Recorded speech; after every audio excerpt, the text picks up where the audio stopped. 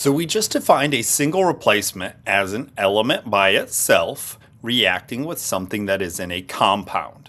A double replacement was compound with compound, and when we did the lab and the demos on that, we learned that not every double replacement is created equally. Sometimes we get a cool reaction, a new color, a cloudy precipitate, and sometimes we see nothing happen. The same can happen with a double replacement. We have to look at what are the combination of chemicals that we are starting with and how will they change when they end. So barium wants to replace aluminum, but not every element is reactive and strong enough to replace something else.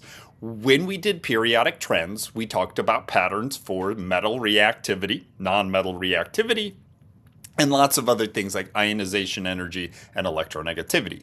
The good news is we don't have to have those memorized anymore. We are given a list. This list right here would be given to you, and it is already given to you. It's on the back of your periodic table. So when we flip it over and look at our polyatomic ions, we would see that this is right next to it. And on this list are the most reactive metals, with lithium being the #1 most reactive metal for single replacements. Potassium, barium, strontium, calcium, we work our way down the list to less and less reactive things.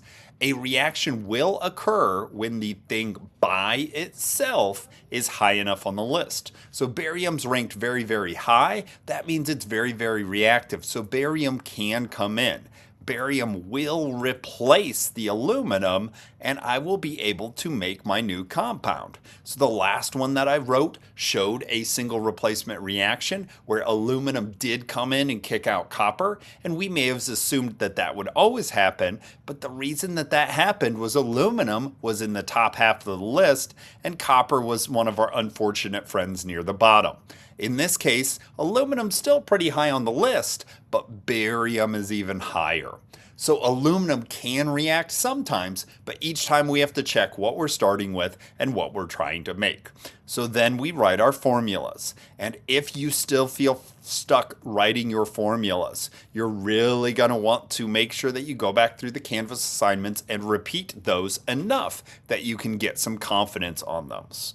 Because we have to be able to write our correct chemical formulas in order to be able to balance all of our equations. And what I did when writing and balancing these equations was just looked at the charge of the aluminum compared to the nitrate and the barium compared to the nitrate. And since I've seen these reactions so many times, it was very easy for me to go back and forth in balancing them.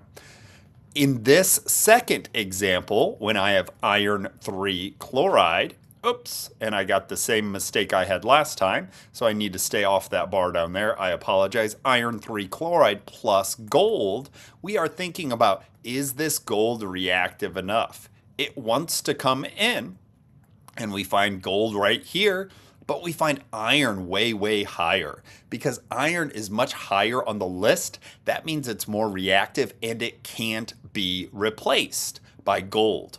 Gold is actually one of the least reactive metals, and that's part of the reason why it is so valuable.